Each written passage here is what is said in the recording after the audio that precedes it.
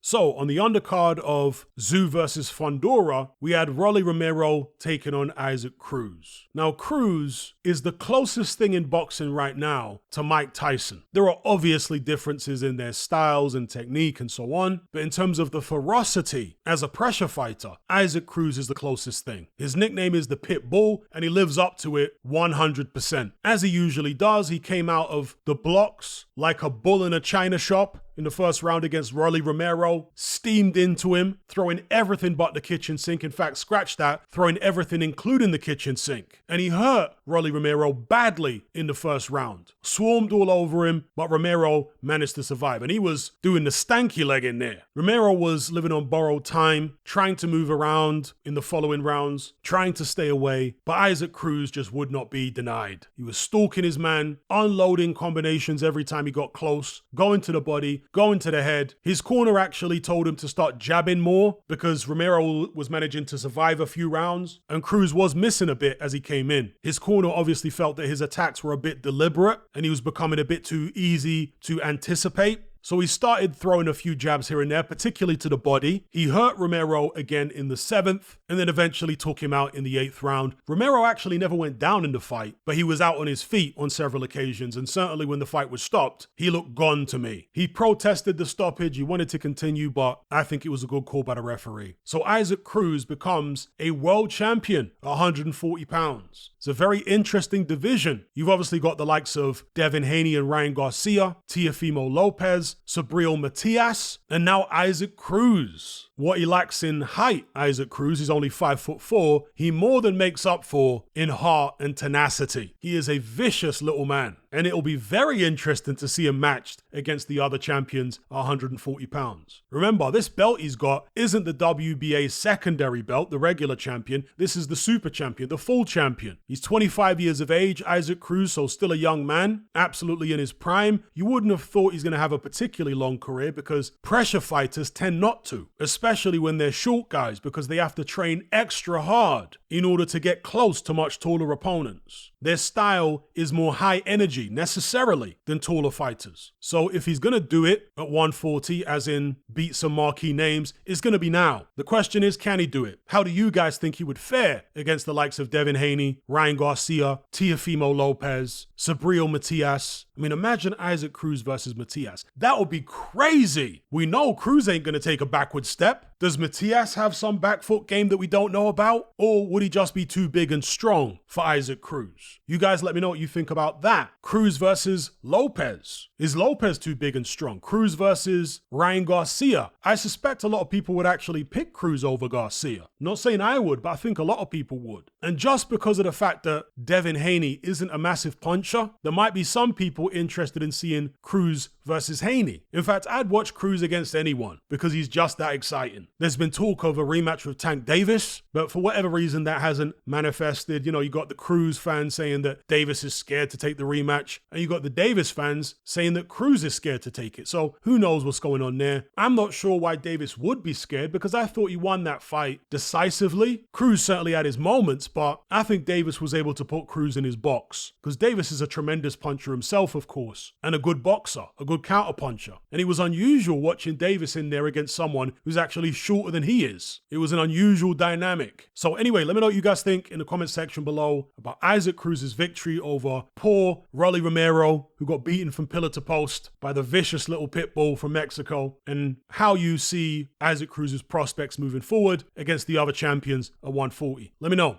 And before I go, if you want to hear post-fight reviews for many of the other undercard bouts which happened over the weekend, I've uploaded them to my Patreon page. So go check them out on there. If you're interested in my extra boxing content, just select the boxing tier. It's very cheap. There's no commitment, no contract. It's just like Netflix, but far less expensive. You can cancel at any time, etc., etc. So yeah, check me out on Patreon for my extra boxing content.